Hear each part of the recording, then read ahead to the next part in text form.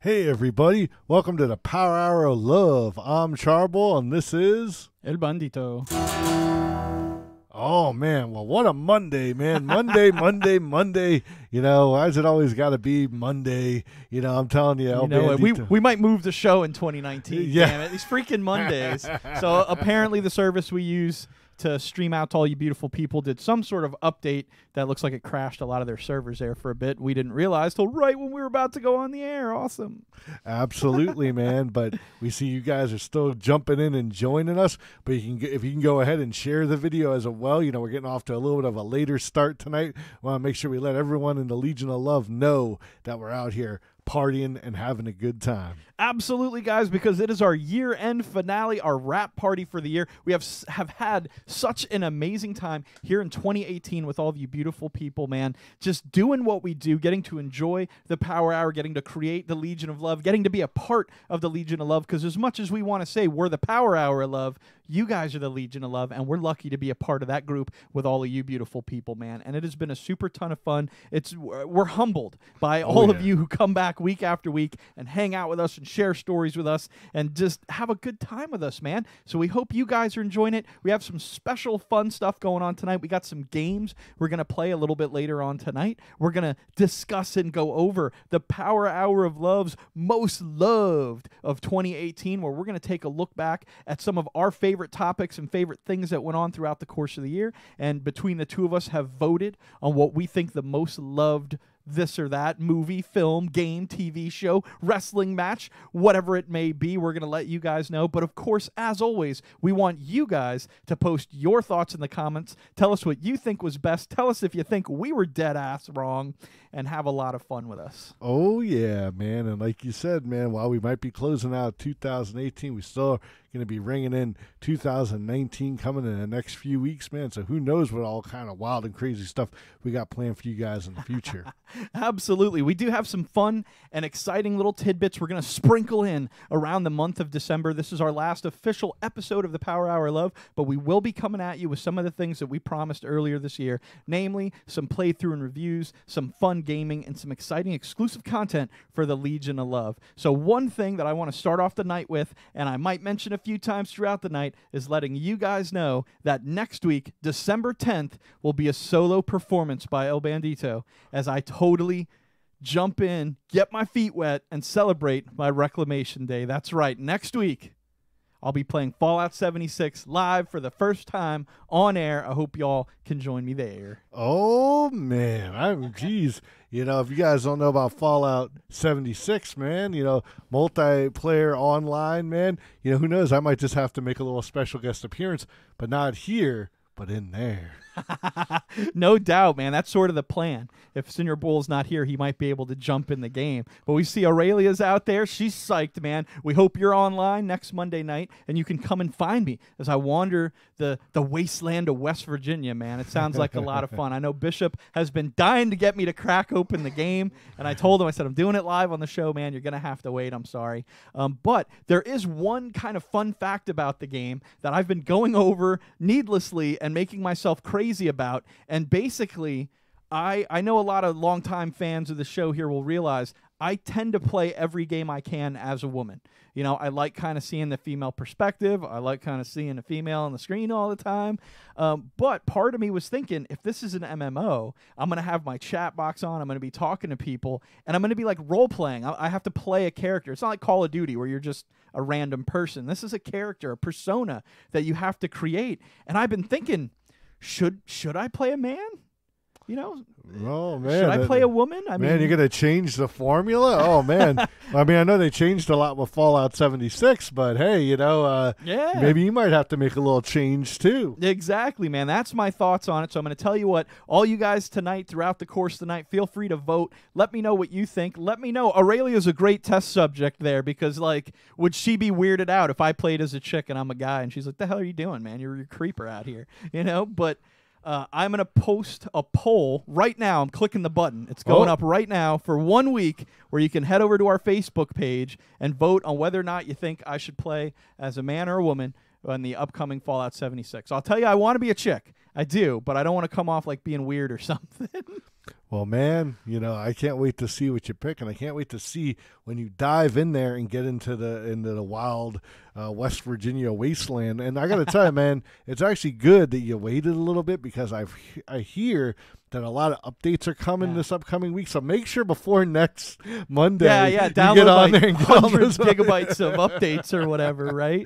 Yeah. So, okay, Aurelia says it's not weird, but she does sound excited about me changing it up. So you know what? Head over to our Facebook page if you haven't already. Go ahead and vote there. Drop your vote down in the comments tonight if you want. Put male, female, whatever you think I should be. And I'm going to let the viewers decide. So no interference for me. You guys get to pick. So feel free to blow it up. And we'll have some fun. Oh, yeah, man. And I see, man, the Legion of Love down here, man. We got Eric G, Jason T, Jason L, man, in the house. He's saying, "What's up, dudes?" Look, McPatches is hanging out with us out there. Oh, man, McPatches. And we have, Miss Kira Knight. How you doing? Hey. Oh, yeah, we definitely. Isn't that actress? Yeah, I think so. Yeah, but she From says Titanic, right? That's great. She says those games are awesome. Yeah, we agree. Very or cool. amazing. Yes, Oh, absolutely. amazing. That's even better than awesome. Absolutely, man. Well, I can't wait to see that. But man, we got a lot of fun stuff going tonight. Why don't we get rolling on into it? No doubt. So that's next week, 9 p.m. Hopefully, we'll start right at 9 p.m. next week, right? Oh, well, actually, yeah, that'll be all on you, my good buddy. Yeah, seriously. I'll be waiting in the wasteland. I know. So as soon as I walk out, you'll smoke me. That's nice. Don't worry. We'll see next week. But all right, we're going to dive right in. Speaking of amazing, let's dive right in to talking about 2018 because we have got the best of the best stuff that happened throughout the course of this year. There's also been kind of the worst of the worst stuff. There's been some pretty awful things that have happened this year, not just speaking the passing of Stan Lee or the numerous kind of shootings or atrocities throughout the country, but no. Just bad things as far as like people hated Fallout 76 when it came out.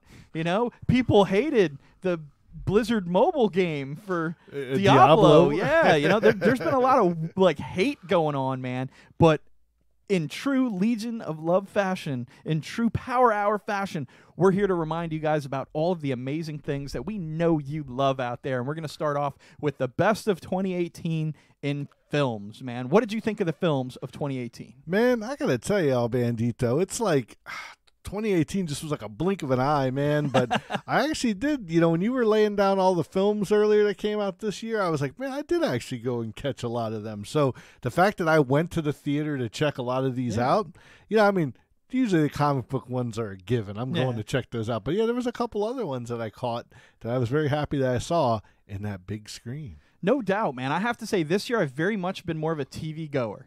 You know, and I don't know if that's just because the price of tickets is so high, but I know we have one of those like cheapy theaters, that you and me like to go to on occasion. Oh, yeah. But I think seeing all the Star Wars movies in December, of 2017 makes me not want to go to the movies for like 4 months, But I did make it out to Black Panther, I will say that. Yes, which is very good. But we've got some contenders for the best movies of 2018. A couple of them are fairly recently released, and we didn't really get a chance to give them a fair shake, but we do want to kind of give them an honorable mention. Sorry to Bother You, the movie about an African-American who's doing phone services, but he uses his white guy voice to kind of get ahead. Oh, yeah, I think I saw the trailer for that. Yeah, that one. looks fantastic. That looks like it's super good, very cutting edge, very modern filmmaking, and I have a feeling that might actually be pretty good. Might be terrible. I don't know. But we did want to give that one a shout out. Annihilation's another one that came out kind of in the fall here, and I literally have it. I got it on disc from Netflix. Yes, I still get the disc from Netflix because I'm a weirdo.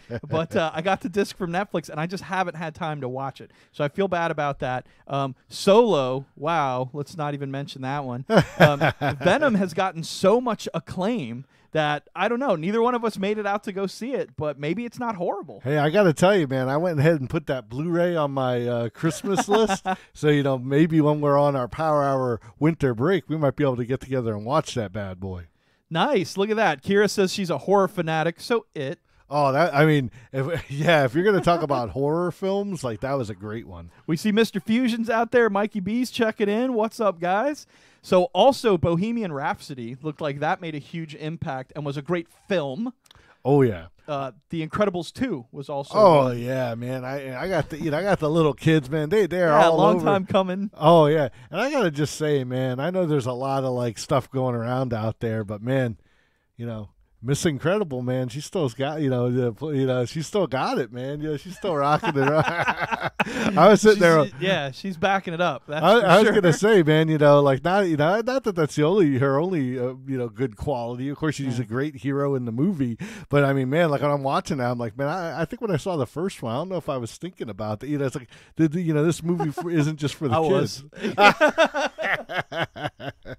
But no, great film. The kids love it. Look at this. Aurelia says she actually saw that in a drive-in, The Incredibles 2. How cool is that? Oh, dude, I love the drive-in, man. I've never been to one. I'd love to. Oh, man, and I've been recently watching the Joe Bob Briggs, his last drive-in, where he's always telling tales. And there's actually still 400 operating drive-ins in the U.S. Wow, yeah, that's a ton. Yeah, we're none near us. Well, they're 400 miles from us, right? We do know there's that one up in Ocala. Yeah, that's true. Right, yep, right across from Wayne's World. But yeah, absolutely. I think there's one on the West Coast, but nowhere near here. You're right. Look at that. We got Rob Anderson, man, the head of Indie Advocates out there joining us tonight. Yep, we're taking some time off for the rest of the holiday, but we'll be back in studio doing some fun gaming things and other little surprise videos here and there. But this is our last official episode of the year. We try to crank out about 50, and we know we're pretty close to about 50 right now. Yes. We might be in the 47-ish category, but we figured this was enough. Well, they got to go and check out the playthrough and reviews and stuff too, man, that we've done. We put out some good stuff.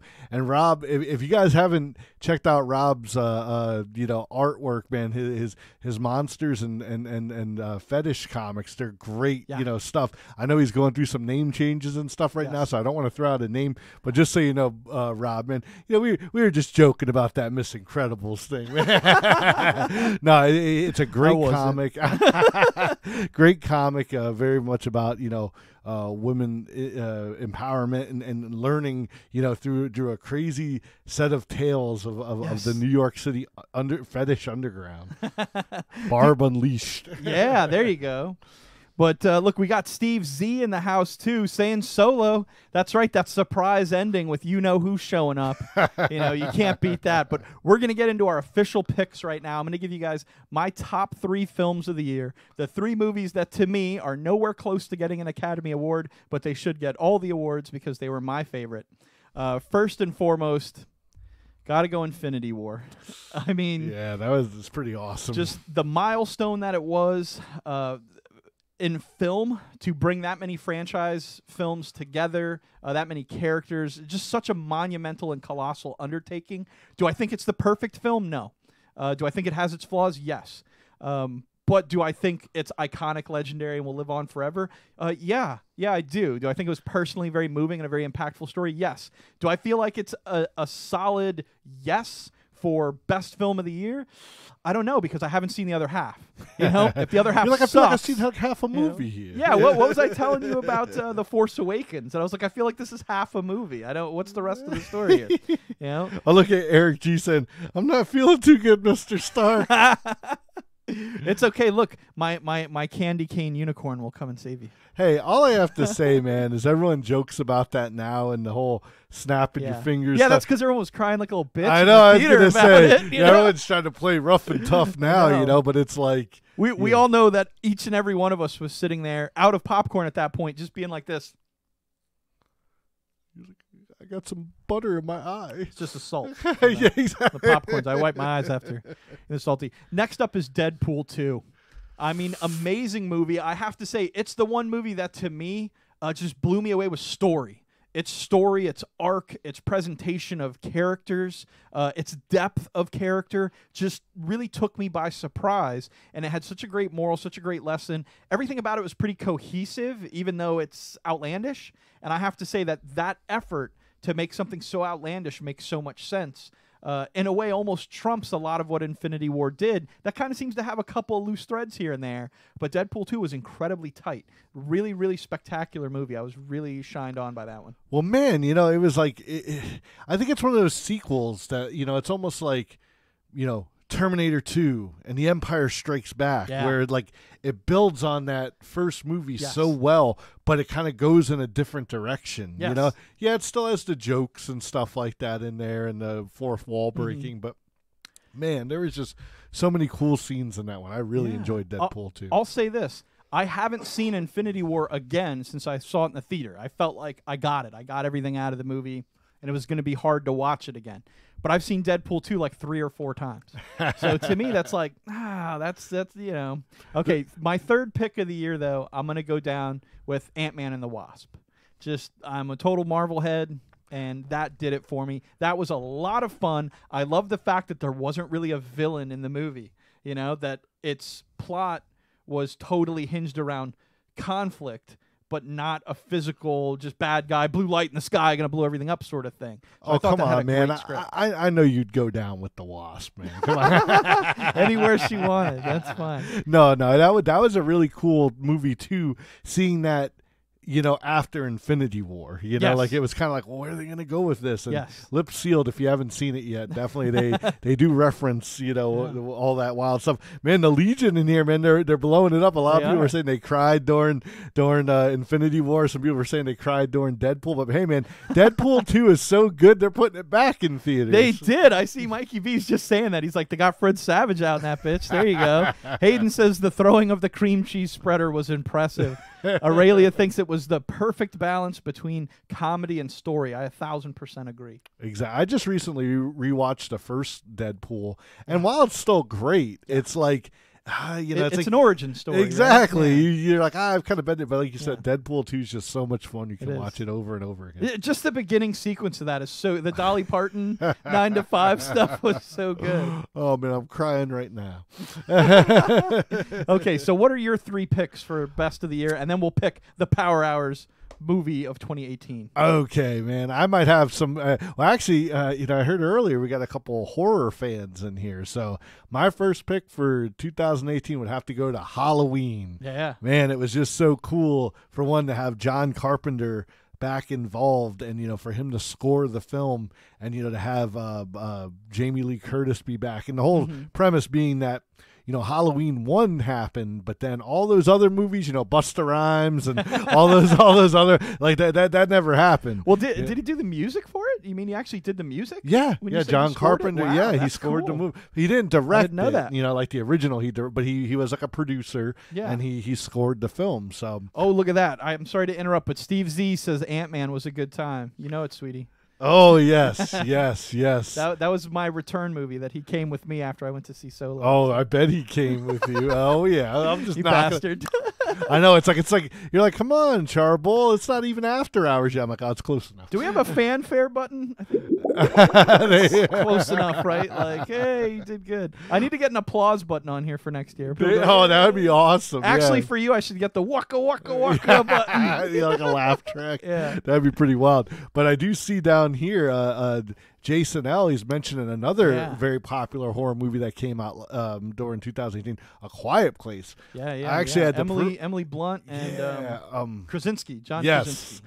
I actually had the privilege of going to check this out with Jason L. Oh, really? And his wonderful wife, and it was just a good time. And it's one of those movies that when you're watching it, like, I almost felt awkward, like eating my popcorn and candy because everyone's so damn quiet. And like, I'm like, I don't believe that. I've been to the movies with you. I know you're that guy that's like, it's like, don't even care. Well, trust me, when it's like Xfinity War, it's like it's one thing, but Xfinity War. That's what we're having. That's what we have. Yeah, the Xfinity War. Freaking mother. There you guys go. There goes my one for tonight. I'm sure I'm not done. Chris Hall's throwing out Constantine's City of Demons, amazing animated feature. We did consider even Spider-Man Into the Spider-Verse because that's so fantastic. But yeah, we weren't sure if those had theatrical releases, and we were trying to limit these to in theaters. So they may have had limited releases, but they definitely weren't in our area. So that's why we didn't count them. I see Kira, who earlier said was our horror fan, says she hasn't seen Halloween. I highly recommend it. I mean, Halloween, the original, 1978 is one of my favorite horror movies. But, I mean, this is a great follow-up. Very cool. And while it puts a nice bow on the end, I have a feeling with as much money that it made, it's not going to be the last. So, but we'll just have to see. So that was my first pick. So my second pick's going to be, I don't know if it would be the popular choice, but I actually really enjoyed it. And I didn't read a book or do any. I don't want to hear about no novelization. No, I'm just kidding. I always love to read the books. But I actually really enjoyed Ready Player One. Yeah, this was one I really wanted to catch. I read about half of the novel and never got back to it because I'm not a super big, smarty book reader. I need more pictures in it. But one of these days I'm going to have to get back and read the rest of the novel and then go check out the film. But I've heard that the two are wildly different, that there's a lot more nostalgic references for an older generation in the book, and they modernized a lot of it for the film that kind of, for older folks, fell flat. So a few of my buddies had said, man, when you watch Ready Player One, there's going to be one sequence that I know you're going to love. And same thing for our horror fans out there. There is one sequence in that. Don't go ahead and spoil it just in case anyone hasn't seen it yet. But I really enjoyed that particular part of the film, and I was like, I could definitely dig this. But yeah, you're right. It's loaded with like current nostalgia versus like that 80s D&D kind of stuff. So but I really liked it. I liked the story, and same thing, I hope they don't make a sequel. Like, just leave it be, So Ready Player 2. hey, you could be my player too. There you go. So Luigi. All right, if I'm gonna do my third pick, it's gonna be Infinity War. Yeah. I mean, I know it's a little bit of a cop out. El Bandito already called it, but I'm gonna have to say, definitely Infinity War. All right, well, putting our heads together, calculating it up, and doing some tabulation, guys, we kind of felt like there was no way we could avoid saying that the winner of the best film of 2018, it's going to be Infinity War. Oh, yeah. I mean, just the amount. The scope. Yeah, the scope. The scope of it. I mean, we say that a lot about Bethesda games, that you're like, the sheer scope of it. Like, we played Fallout 4, and you're like, you could walk for like 2.5 hours to get to the other. Like, how grandiose something is really holds a lot of merit with me personally. We kind of went round and round on it, definitely with the Deadpool thing, that we thought Deadpool was very close at kind of knocking this off the pedestal just because its story work was so well balanced. It is. Like you said earlier, El Bandito, man, Deadpool 2 is just a great film. But yeah, man, like you said, I just think the sheer scope of bringing all these characters together. We've seen all the individual movies, and the way I thought timing, everyone got a good amount of screen time, and it was just really cool. Looks like we're getting some love down there for Infinity War, man. They're digging it. That made our film of the year, so that's nice. But I gotta say, the man, I saw those little hearts and I forgot what I was gonna say. But I see Hayden's like, what about Black Panther? Now, we both went to see Black Panther. Oh yeah, we thought it was a good movie. Did we think it was great? No, But his, bringing in, Black Panther into Civil War. Yeah, and Wakanda and all that. And then seeing it all span out to then see what happens in Infinity War. It's kind of like, I mean, I know it's all the MCU, but it's like those three pieces right there make up so much of what makes Infinity War great. I'm going to throw down the quick thing about Black Panther, right? So Killmonger, everyone was going on and on about what a well-developed character this guy is. The best villain. He's so good. His thing was so complex. So he had a 3-part plan. One of them was steal a Wakandan artifact to get in tight with Claw. The second one was to kill Claw so that he could get into Wakanda. The third one was reveal that he was actually an heir to the throne and take over. What did the first 2 things have to do with the third one? Like, why couldn't he just go to Wakanda and tell them, hey, yeah, I'm the guy. I challenge for the thing. It seemed like anybody could, So I don't know. I just couldn't wrap my head around that. And to me, it kind of spoiled most of it for me. So. Well, definitely. I like how you're like, I'm not touching that. No. I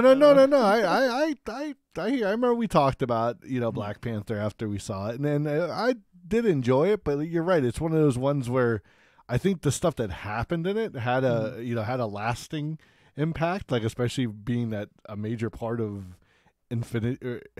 Man, I'm gonna keep saying, I'm checking myself now over and over again, But being that kind of a big part of that takes place in Wakanda, I think it serves a good piece. But you're right, when you're talking about Killmonger, I guess I didn't read a lot of those where like people were really praising him. I mean, I love that actor. I think he does a great job. I know he's Creed.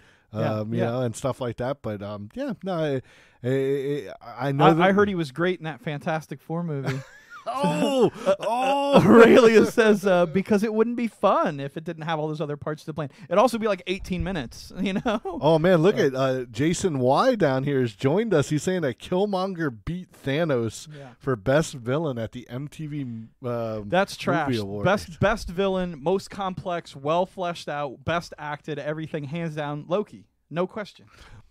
I don't know, man. I know you haven't seen Daredevil season 3 yet. Okay, well, we're talking films. We're talking films. You're right. If we want to talk about MCU films, Loki's character, he stood toe-to-toe with the 6 original Avengers, confused and befuddled them for the majority of their movie, outpaced them, outstepped them. I mean, still pulled the wool over Thor's eyes like 2 more times. I mean, the guy's amazing, and he's incredible to watch. He's charismatic. He's like the Joker of the MCU. He's like what Heath Ledger did in The Dark Knight. Like, you didn't as much want to see Thor or the Avengers show up as you're waiting to see what Loki was going to do next. He was charismatic. I'll definitely agree with that. And being that he's been such a lasting part of the MCU. What's up? Oh, Rayleigh's calling me out. She goes, "Are you a Loki fangirl, Bandito?" Fangirl. I totally am. I'm in Loki's army. I'm on his Tumblr and everything. Well, we're digging that everyone's digging the movie talking, but man, we got some other categories to jump into, right? No way, Thanos is much more badass. Get that California raisin looking guy out of here. I don't want to hear. Okay, yes, we do have some more stuff, so let's argue about some other things as we celebrate our love for stuff. Oh yeah. Now we're gonna jump in to television. Mikey B put Red Skull down there. Yeah, he's that he's was definitely pretty cool. right up there. Yeah, I would still take Red Skull over Thanos and Killmonger, man. I think Santa. Santa? Yeah, I know. I'm thinking Santa, my kitty Santa. But no, Thanos was like, he was a little wussed out, I think, in Infinity War, where I really liked how stoic and badass he was in just small clips we saw. That it was almost like we saw too much of him in Infinity War. And he was too much like a regular guy. I don't know. That could be a whole. You don't want to see him episode. drinking a drink. You want to see him crushing the cup, right?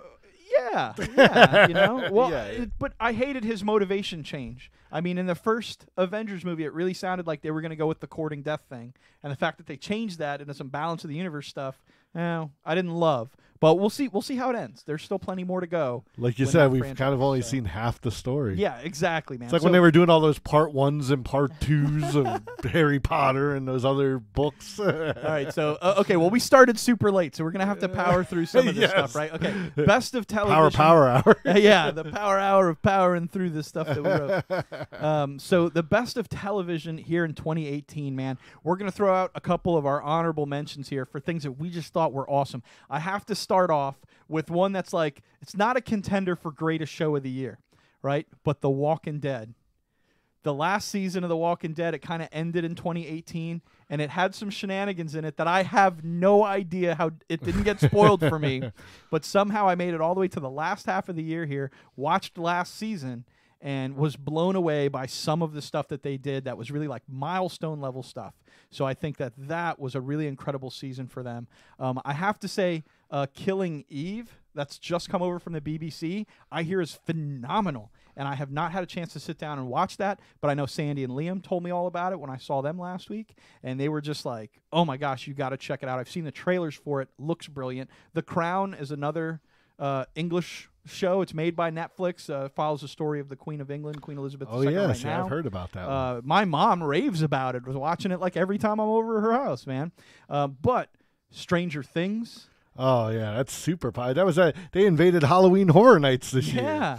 And finally, but not least in any stretch, Luke Cage Season 2.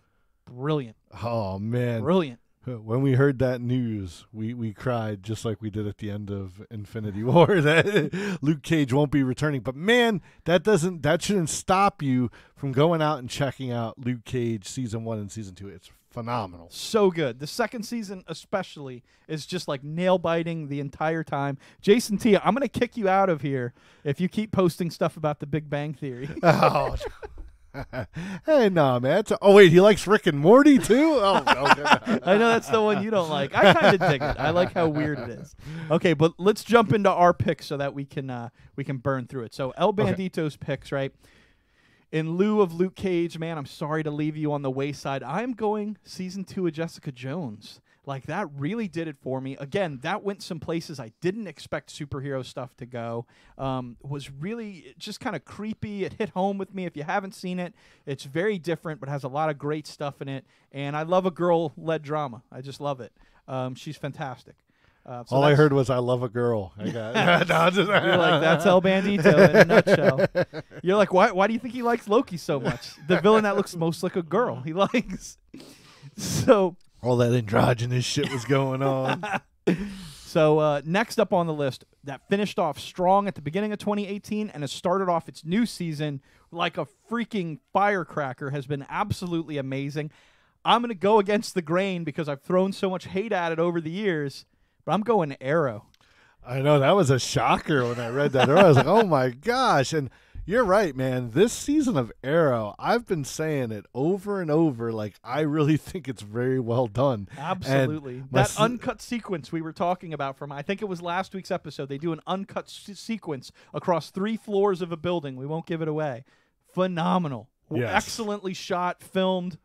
Really, really great stuff for the kind of small budget that they have. I mean, they're network TV. They're not handling millions of dollars an episode like Netflix is. So I know my lovely lady at home is not too pleased with it so far. Like, I think she shaved the beard. No, I think she really liked the the cookie cutter style Arrow, where it was like, okay, you got Diggle, you got Felicity. Like, she wants that core thing, but we got that for like 6 years. Like, now we're really seeing them be put in positions that they've never been before. But definitely, good positions. El Bandito even likes it. Man, see, look, Mikey B's just calling me out. He's like, man, he's really playing up the feminist tonight. But he keeps saying stuff like that. I got to keep defending it, man. No, it's all good, man. But yeah, so Arrow, fantastic. Jessica Jones Season 2, fantastic. My third pick is going to be probably my third pick that I have every year. Agents of S.H.I.E.L.D., man. Great, great, great 5th season. It was very early on in the year that it just kind of clipped out the end. Super great, though. Really, really, really enjoyed it. I think we have to wait for Season 6 till after Infinity War comes out. You were telling us about that. Yeah, I think it's going to be like in the summer of next year sometime. So that kind of breaks my heart a bit, but I think that show is just phenomenal. Well done. We do have a sneak peek of that a little bit later in the news, as well as some CW Elseworlds stuff. Oh, so yeah. Stick around for that in the news. But all right, Senior Bull, what are your 3 picks? All right, I'm gonna for fire best movies? I'm gonna fire these off faster than shots in Red Dead Redemption 2, so we can get moving along. But man, I gotta tell you, like, you can't talk about TV shows without mentioning Daredevil Season 3. debuted back in October on Netflix. Man, the first 2 seasons were great, but man, this one is amazing. Was that long ago? That seemed like it was in November sometime. No, it was right around. I think it was right around November 19th. It was right around the Halloween party. I wasn't sure if you were gonna make it because I saw they released it, and I was like, oh crap. No, but what a great story. Adapts a lot of stuff from the Born Again storyline, from Frank Miller. So I've always been a fan of that story, but they did it so well.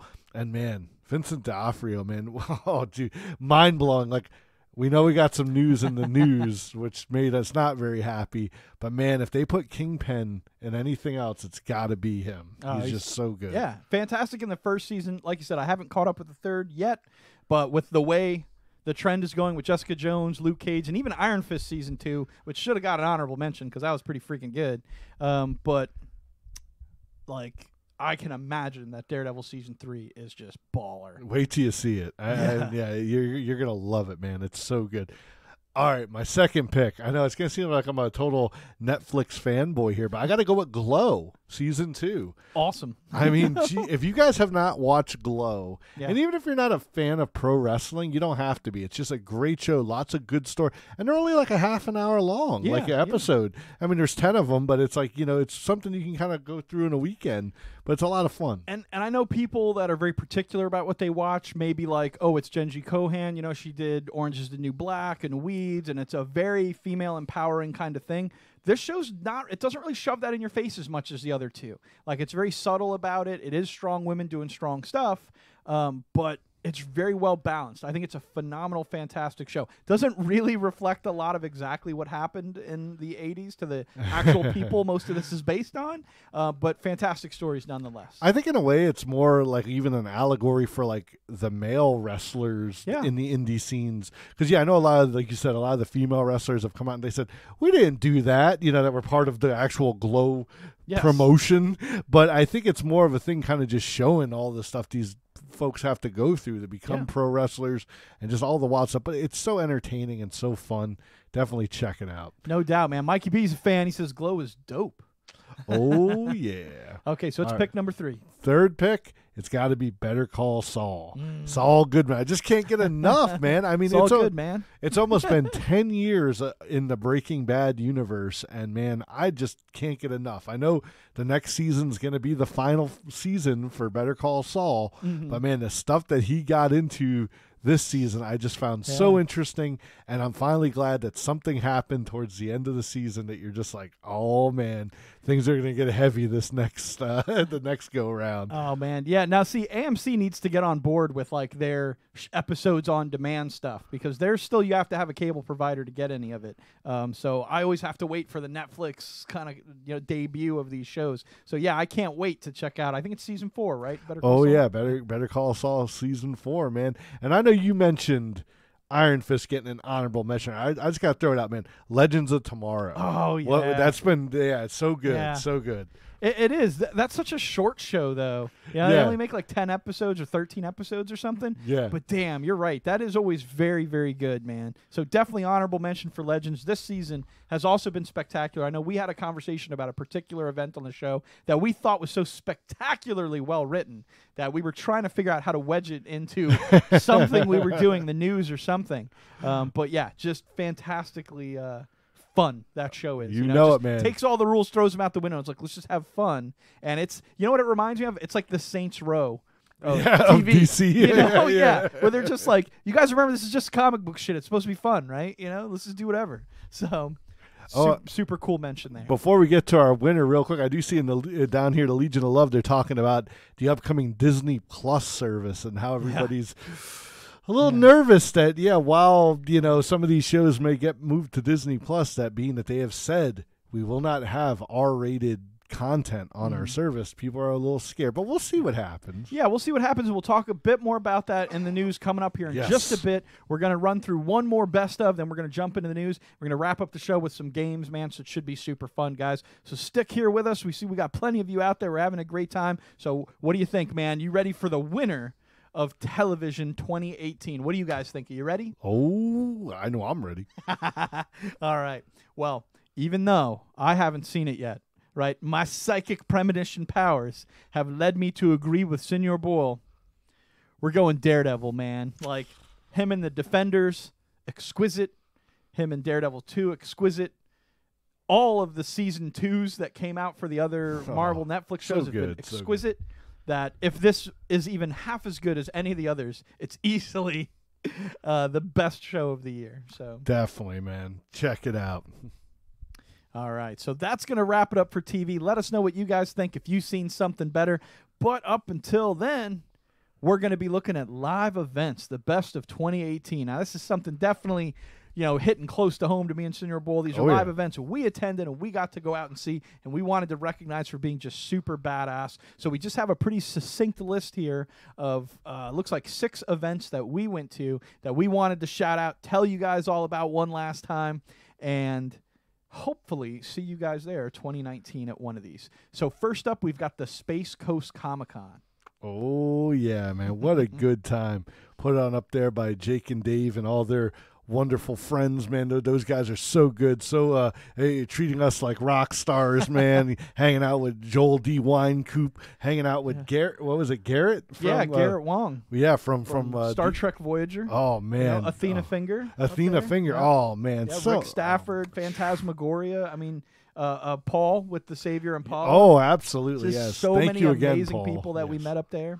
Absolutely. We had such a blast. That was back in September, and we can't wait till next year for the next Space Coast Comic-Con. No doubt, man. But where we cut our teeth on the con scene, man, was one of our favorite events of all time. So we got to give it a shout out. The Daytona Beach Comic-Con spring was so exciting, so amazing. We were so welcomed, so humbled by how well we were received and appreciated to be there. Tom, he's amazing. He's a gentleman and a scholar. He's brilliant. Man. We couldn't say enough good things about him, and he made us feel like princes there. And he recognized our show. He saw us and invited us to come on there. So we were so flattered by that. Oh, you know it, man. Like I said, so much love to Tom, and like you said, all the great folks we met. Jake Estrada, Rob Anderson. Yes. Like I said, the Gourmet Chocolatiers. Yes. Lance Footer we met up there. Oh, yeah, John man. Crowther. Even though we didn't get an interview with everybody, we still got to meet so many exciting people. We got to see an Amazing Fantasy number 15. Going for $40,000 at the convention. That was super cool. I mean, unforgettable, really cool stuff right here in our backyard in Central Florida. It was just such a good time. Come next April, Daytona Beach Comic-Con, you guys got to check it out. Absolutely, man. But if that wasn't enough, Daytona Beach Comic-Con came back at it again with a one-day event here late in the fall this year so that you could go out, hit it up on a Sunday in the afternoon. It was so nice, so pleasant to get up there, kind of reconnect with a lot of the folks that we saw, see the awesome costume contests that they had. That one hosted by Rick Stafford earlier, by the amazing Joel D. Winecoop up in the spring, man. Both were super cool. Such excellent cosplayers up there, man. And both Daytona Beach Comic-Cons were great events because they really focused on the vendors, on the comics, and getting able to buy things and buy cool toys and collectibles and showcase independent artists. Oh, the indie takeover. So good. Yes. Once again, Rob, great job. And so nice also, like you said, to meet all those other indie creators out there. Which we have a slew of their interviews on our Facebook page. So head over there and check it out. And you can learn about and maybe read some of their awesome indie comics that you can buy online or support them on Kickstarter so you can keep up with their upcoming projects. But speaking of the awesome costume contests and stuff that we saw at the Daytona Beach Comic-Con and at the Space Coast Comic-Con, we can't forget about the amazing cosmography. Oh, you know it, man. That was a great event too. Got to see so many great costumes. Remember the guy in the walker from Aliens? Yes. Remember that was cool. And we got to hang out with the Nerds United of Melbourne. Those guys are a great podcast. Definitely check them out. And just once again, that's where we got to have an interview with Athena. Yes. Which was also cool. It was just man. And I think they go by Nerds United and Brevard. That's right? it, Brevard. Sorry, yes. In case you're looking for them specifically, they do an excellent podcast as well, and they have a member of their podcast who does amazing cosplay. She was dressed up as Mystique when we went there. So cool. I can't think of her name, but she was fantastic.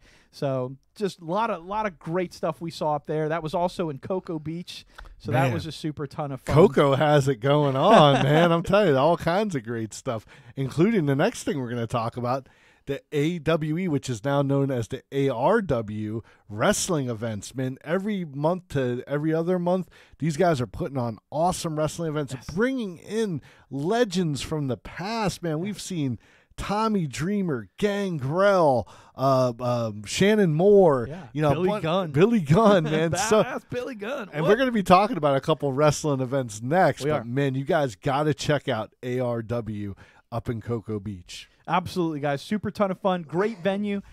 Very well, reasonably priced. And if you've seen wrestling on TV and enjoyed it, keep in mind, wrestling live is a completely different experience that is like being at a concert and a wrestling match combined. You feel that energy in the room, that excitement, and it gets you all jazzed up, man. Oh, you know it, man. You know it. But I know, after we went to Daytona Beach Comic-Con, we got invited the following week, back in the spring. And what did we get to do with the awesome guys from Jake Estrada and Dave? Man, those wonderful cats out there were filming their independent film based on Jake Estrada's comic, Bocas. And they needed extras. They needed zombies. And Senior Boyle and I were just, like, we can't resist, man. We have to go and do it. We know we wrangled Mr. Fusion into coming with us, so we had as many extras as possible to go out there. They dressed us up in some awesome makeup. We've got some videos and pictures on our Facebook page, guys. Great, great, great stuff. They had a big 5-ton truck out there. They had Cecil Grimes, the cosplayer who looks exactly like Andrew Lincoln, and he's dressed like Rick Grimes. It was amazing. So super ton of fun. Rick Stafford was there, totally cosplaying as Chuck Norris. Yes. And we were like, holy shit, they got some Chuck Norris and Andrew Lincoln here. That's amazing. And then we realized these are the cosplay guys we know. And that was so cool is that? So amazing, amazing time that we had out there. We can't thank them enough for that. And we got our first official IMDb credits. So feel free to look us up. We're not under El Bandito or Charboil, but we're sure you can find us. So no big one. You'll find us out there. All right, man. I'm gonna go ahead and announce it, man. What's the winner for our favorite event of 2018? Okay, well, I have to say every single one of these events we went to is a winner in my book. There's something that's unforgettable to me. I absolutely loved them. I'd recommend that everyone out there tries to make it to an event, to one of these events or an event like it in your area. But I saw Mikey B shouted out earlier, man, and we did get a Spacey Award from him. We kind of got to go Space Coast Comic-Con. Hard to beat a 3-day event packed with that much action. Really exciting. And again, we were just treated like royalty the whole time. It was a fantastic event. We couldn't say enough things. Thank you, Jake and Dave, for taking care of us out there, man. Super ton of fun. Absolutely, man. Also, we got a private viewing with Joel D. Winecoop and his wonderful wife. Yes. And man, it was a great week. Tons of great things going on. Met a lot of great folks, and like you said, for the Spacey Award ceremony, it was just so nice to get up there and get to accept the award, and plus all the other great guys who won awards as well. Yes, yeah, absolutely. So many talented people there, and just getting to be around them and meet them and be inspired by them and their work and their drive and ambition is fantastic, man. So great event. All of them great events, but that was just the winner for 2018 for us. Oh, yeah.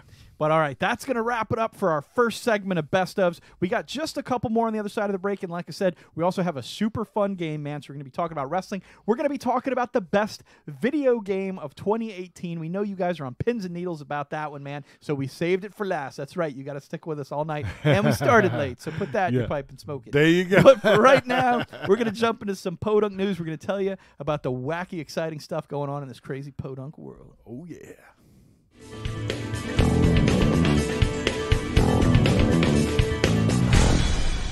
Podunk News. Oh, I got to tell you, El Bandito, being that we, went and took a week off last week to kind of, we were so full after all of our Thanksgiving eating and stuff like that, man, we almost missed some real wild stories. We did. There was some crazy stuff out there. Luckily, we've kind of been able to fold some of it in here, and enough new stuff has happened that it buried those old stories. So that's just the way the world works, but let's jump into what's hanging out in the world today. Like we said, we've got some Daredevil news for you. The Man Without Fear is now the man without a show, as Netflix has decided to cancel Daredevil. Well, it's like when they canceled Luke Cage and they canceled Iron Fist, we were sad, but we were like, maybe they're going to do a Heroes for Hire show. And then this news came. And you're kind of just like, what the Netflix, man, you can go You know it's coming. I mean, Jessica Jones is getting a season 3. Yep. Punisher's getting a season 2. And then they're toast. Yeah, you know? I feel they're going to be, But in the end, from a lot of the reports I read, yes, the Disney Plus service is a competitor of Netflix. So since their properties are the competitor owned, there's no sense for them producing content that only bolsters people consideration in Marvel products, right? Because in statistics that Netflix has shown, people who are Marvel fans don't watch other shows on Netflix enough to warrant them continuing to spend money on just Marvel properties. So basically, people will come to watch Daredevil and then watch nothing else.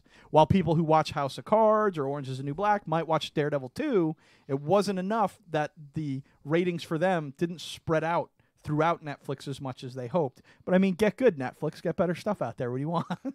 Well, like you said, it's one of those things where I know they're bringing in a lot of different content now, so it's like, but I mean, to give up this property, I mean, Daredevil was the one that kicked it off on Netflix for the Marvel shows, so it's kind of like, man. Just to give up that whole set of Defenders seems insane. I don't care how much money you think you're making or losing or missing out, or how much you think you're helping out your competition. There's no reason you should have ever let this go. Ask Sony. They will never let go of Spider-Man. They will have that forever now. Because you know why? Because they just print money with it. They like money. You know? Yeah. And this is the same way. So I really hope that Disney manages to either put on their Plus or over on the Hulu service, which is something they do have a lot of connections with, considering ABC hosts Agents of S.H.I.E.L.D. over there already, and Hulu doesn't have any restrictions for rated R content. That may be where these shows are moving to. We hope they go somewhere. As far as we can tell, all the actors, actresses, and producers of the show, their lips are sealed right now as to any future progress for any of these shows, but we will keep you guys updated the minute we learn anything about it. So, man, I hear that Sony's so crazy over Spider-Man that they wanted to actually rename Venom to Black Spider-Man. Because they knew Black Panther did so well, they thought that might, I mean, I guess, but like, what does he have to do with spiders if Spider-Man's not in his movie? I know. Well, they've been like, well, we can introduce him, and okay, we'll see. We got to watch it. We got to see what the rave is. I don't think I have to watch it to know that I hate it. Like, I felt that way about Solo, and then I went to see it, and I was like, wow, I really hate this. It could be fun, though, in the privacy of the own home, like laughing at it. What we should do is we should do one of those Facebook watch things where you have a bunch of people watch it at the same time. Yeah. And then we just sit there for 2 hours like this. Like, just totally checked out. Start your film now. El Bandito is not convinced. Black Spider-Man for the win. There you go. Hey, man, I'd go see Black Spider-Man. Isn't that Miles Morales? There you go. Isn't he Black Spider-Man? Yeah. He's probably coming too. Is he black or is he Puerto Rican? I've never read a comic with him. I think he is like of Hispanic descent. Yeah, maybe he's black and Puerto Rican. Yeah, so he could be both. I know. There we go. Look at you guys. You stumped us today. If you guys know the answer, throw it in the comments. But let's get to our next slide over here. No doubt, man. Well, we're talking some Fallout 76. Not a week goes by that we can't mention it. And again, I want to remind all you guys that next week I will be taking the plunge into Reclamation Day, heading out into the West Virginia wastelands. I'm inviting you guys to join me. Also, head over to our Facebook page. Take the poll right now to decide whether or not I will play as a male or a female character when I join the wasteland next week, 9 p.m. right here on this show, Fallout 76. Well, absolutely, man. And, we don't need to be the talking heads that tell you guys how many people have expressed displeasure towards Fallout 76. But hold up. Legendary filmmaker John Carpenter, as we mentioned earlier, Halloween, Escape from New York, all those great films. John Carpenter's Vampires. Yeah, yes, absolutely, man. Assault on Precinct 13. The list goes on and on. Of course, The Thing, But he had to say this about Fallout 76. He said, Fallout 76 is a glitchathon of a game. Stuttering and freezing, but still fun. Addicting with its post-nuclear open world, a big game with hit-and-miss missions. Despite its flaws, I dig it. So there you have it. he digs it, and if it's good enough for John Carpenter, damn it, it's good enough for you. So quit complaining, internet. Quit posting a bunch of garbage on every poor tweet that whoever the social media manager at Bethesda is making out there. Because, dude, I don't use Twitter very often. One of the few people that I follow on there is Bethesda, and every time they post anything, man, the haters are just gonna hate. And I'm like, dude, man. There's always that one guy who posts right away, I'm having a great time. And then 50 people that are like, burn in hell, person who said that. They're paying you to say that. I'm like, wow, where's the love, guys? They worked hard on this game. Is it really that bad? It is. No, I'm just kidding. Is it that bad? We're going to find out next week at 9 p.m. when I venture into the wasteland for the first time. So join us there for that, and we'll find out. Maybe I'll be sitting here cursing and screaming, being like, this game's a piece of garbage. I don't know. Well, it looks like Jason L. threw it down that so far, man, it looks like you got 6 votes to be a female character. Nice. That's awesome, man. Oh, I see Bishop's out there saying about time. Hey, Bishop, I sent you a message on Xbox, I'm like, hey man, hit me up when you want to join when we want to run around the waste. I think Bishop knows that the minute he runs into you, you'll be like, hey man, I'll join your group for 50 caps. Hey, trust me, I'm worth it in the game, man. Yeah, I bet. Finger. Weren't you the one telling me you keep getting booted out every time you try to shoot a guy at a junkyard or something? Hey, that was Charboil's junkyard, man. I love that thing. But absolutely, man, can't wait to see you get in there with you and run around and have some No fun. doubt, man. Look, here it says Bethesda is my ultimate favorite. We're throwing some love for Bethesda. Bethesda, we love you. That is ours too, man. We dedicate so much of the show to Bethesda that they should throw us a free T-shirt or something, man. That'd be super. Just to throw a tweet about us. That'd be sick, Bethesda will watch this and I'm like, do they actually think like John Carpenter's in Fallout 70? I mean, John Carpenter could be in Fallout. I shouldn't try to get Bethesda's attention too much because they'll probably put one of those copyright things on our videos. We're going to monetize it now and take all the money from you. Oh, man. Like we make any money. Like that. All right, anyways, let's jump to our next segment before we go down this Fallout rabbit hole any further. And I'd like to take a minute to talk to you guys about Tumblr, because that's right, Aurelia called me out earlier. I am a Tumblr person. I tumble a little bit, not an expert on it, but I got into it mostly after Infinity War to check out a lot of the Loki fan stuff, because I suddenly became aware of Loki's army and how furious they were and all this stuff. But I was really excited to find what an expressive and free-range kind of social media that Tumblr is, really allowing all sorts of adult content and adult humor and things like that, and lofty topics. People can talk about depression and suicide, and it always seems to be in a friendly atmosphere. There's haters who are going to hate everywhere, but it seems like such an open forum for people to really express themselves in any capacity that I really took a shine to the app in general, and I thought it was really, really freaking a cool thing. I wish I had more time to get into it. But the reason I'm bringing it up to today is because it has these little no signs on it, because on December 17th, they will be banning all adult content on Tumblr. Wow.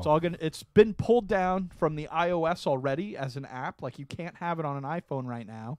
That got pulled down earlier this week over concerns of some sort of child pornography that was spread on Tumblr.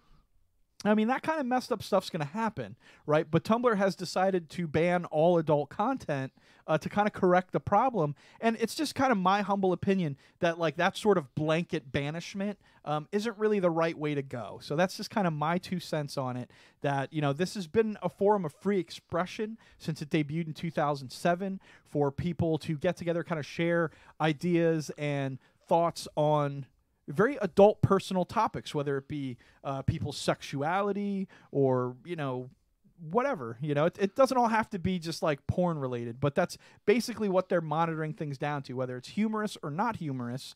The only thing they're going to leave around is kind of artful stuff. So art depictions of nudity, but not any kind of sexual contact. All right, next year we will be having a funeral for Tumblr. You got rid of the dick jokes, I'm out, But no, seriously, limiting people's comedic ability is always something I'm leery of. Again, I think there absolutely should be things in place so that people do not take advantage of that and post things that are illicit or illegal. but things that are just kind of people issues, something everyone can relate to. Come on, let's not banish everything like that. Let's not turn into a bunch of prudes. Let's find a way to actually police issues. But either way, that's my 2 cents on the subject. For now, we'll hope that Tumblr gets a handle on any sort of nefarious activity, and let's all move on from there. But I did want to make you guys aware, any of my fellow Loki's Army members out there, man, you guys might want to know that a lot of the gifts and stuff my friends post will be getting pulled down. I know, and it looks like some of the Legion of Love too, man. They're like, where are we gonna go now for blank, blank, blank? Did Rob just post this to Bethesda? Is that what that link is? A possibility. Oh, it looks like he shared the link to Indie Advocates. Oh, awesome! Absolutely. Yeah, get over there and check it out. Yeah, guys. we were talking about Rob Anderson. Yes, we talked about his awesome, stories and artwork. But yes, you guys got to go check out Indie Advocates. Rob's always putting up some great stuff in all support of everything indie. Yeah, I see Mikey B out there and Aurelia. They're kind of agreeing with me that there's too much gray area in that decision. Chris Hall says, just admitted I'm watching porn on there. I'm watching porn on there, but porn should be okay. You're like, I'm an adult. Yeah. Come on. It's not weird, kitty porn or nothing. So, like cats? Yeah. Like cats dressed like Santa, right? There you go. I know Mikey B loves the he's always posting crazy cat memes. He always has me laughing. Now this next story, I was reading a little bit of it, Al Bandito. I can't wait to hear this. You like one. this one? Okay, Yeah. This is another story I dug up this week. So Al Lowe reveals his Sierra source code collection. Right? This is one of the seminal creators and coders over at Sierra Online. You guys may remember them from King's Quest, from Leisure Suit Larry, which we've talked about on the show before, from I can't think of it. There's a lady detective game that they did. Oh, yeah. What is that one? I don't know, but it's a lady detective game. She goes around museums, and it's a point-and-click adventure. Super cool stuff. Very early on in the days of gaming, right? Well, Al has revealed that he has an entire collection of the source code from the original games that he worked on. Cool. Right? Because he knew that Sierra Online wasn't keeping any of this stuff. They were just getting rid of it. So he has this whole collection. You can see it right there. There it is, this whole collection, right? And he put it for sale on eBay. Oh, man. Al loved this collection, but he needed the money.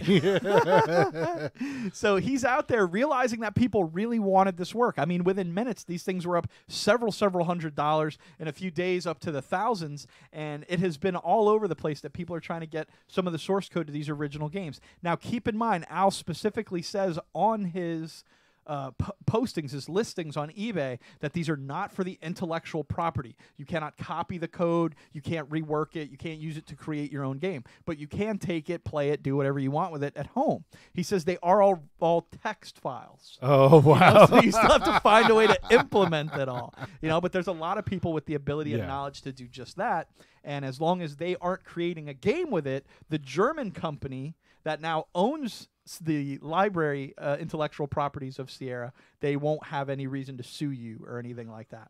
So if you've ever been a fan of the old Leisure Suit Larry, King's Quest games and stuff like that, you have the opportunity to get your hands on some super collectible items for it over there on eBay. I'm sure Al will throw you a little something extra too. He'll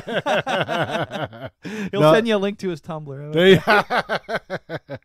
Oh man, well that's really cool, man. Very good stuff. So, but now I think it's time for us to roll into some local love, right? Oh, absolutely, man. Now, I know you got to tell us all about this week's Local Love, man, which again is a fun little event in our backyard that we'd love to see all you guys at because we're probably going to be there. Oh yes. And this week I got a pretty good feeling we're going to be there. Tell them all about it. It's in your bowl. Oh, man, we're talking about the 9th annual Merry Munchkin Tournament at Thunderdome Gaming, right just north of Midway Road up on US 1. This is going to take place on Saturday the 8th. It's it's going from 7 p.m. to 11. If you guys don't know Munchkin, it's an awesome card game that it's competitive where, pretty much you can team up, but you could also stab your friends in the back to get the treasure and go up levels to eventually win.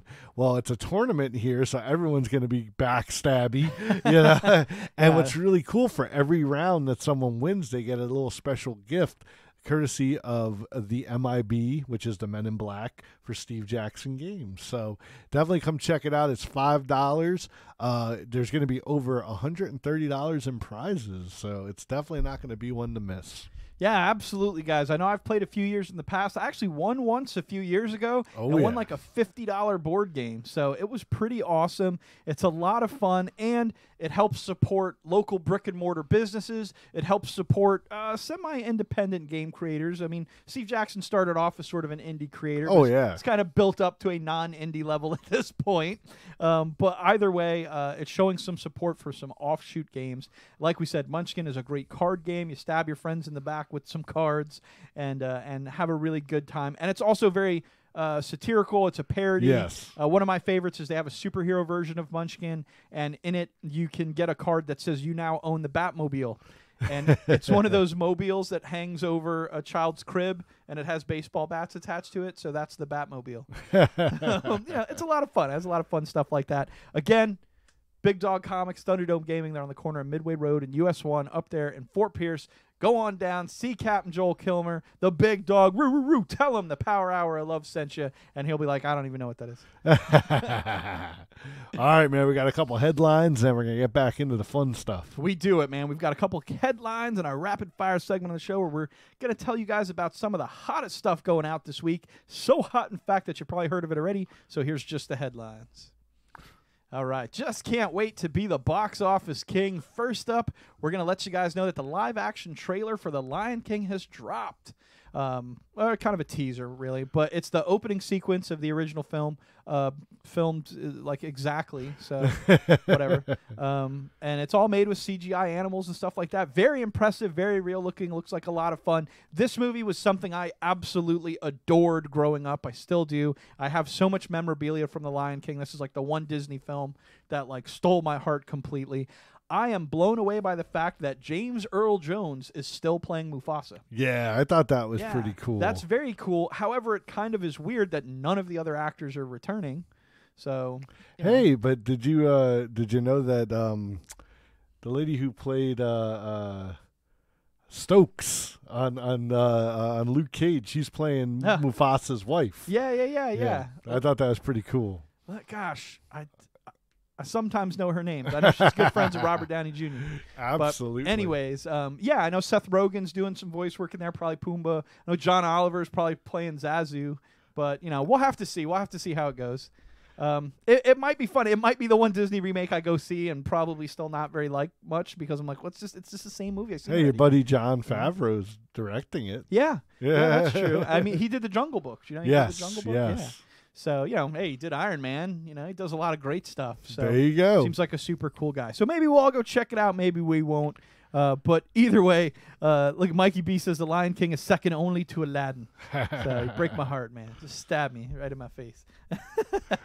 All right, next up, we're talking about not the guy who killed Gordon. So we've got a sneak peek here at the new director over at Agents of S.H.I.E.L.D., man. That's right, with the sort of departure of Phil Coulson's character. For right now, nothing bad happened to him, right? But he's not going to be in the show right now, and he's left Alfonso McKenzie, that's right, Mac, in charge as the new director of S.H.I.E.L.D. A lot of conflict stirring here because Mac is so loyal to his team, to his friends. He'd throw himself in front of them at a moment's notice. So it's kind of hard to be a leader when you're constantly protecting others. So we'll have to see how he handles that situation and how he feels about possibly sending his friends into mortal danger. Oh man! Sounds like you're looking at an action-packed season of the upcoming Agents of S.H.I.E.L.D. Oh yeah, very tense as well. So I know you got the next story up here. Oh yeah, man! This is actually a little bit of a sad one, but we definitely wanted to let the Legion of Love know in case they want to send some love over our way.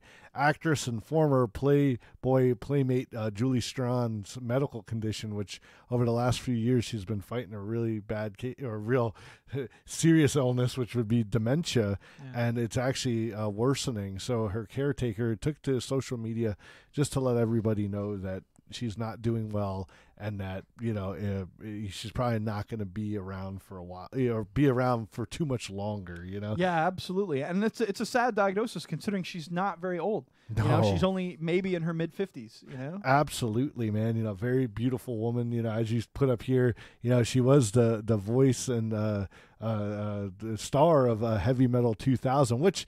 Yeah, we all know is nowhere near as good as the original, but she did an excellent job. Definitely check it out. She was also married to Kevin Eastman, who created the co-creator of the Teenage Mutant Ninja Turtles way back when. So, definitely our much love goes out to Julie and her family, and hopefully she passes peacefully.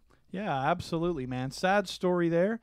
Heavy Metal 2000, I know, is a huge fan favorite out there. We got a lot of fans that love that movie. They're a little out there for me, but, I take one look at that, and I'm like, I'll check it out. You're like, I might dig this one. But all right, last but not least, man, we wanted to let you guys know that the CW has dropped 20 new photos from the set of Elseworlds, their upcoming crossover event, man, including this awesome image is the only one we're going to show you here. We might post up the link later this week or later tonight, but for right now, this one here has Barry Allen as the Green Arrow. Oh, yeah. With, Ruby Rose up there as Batwoman. Yes.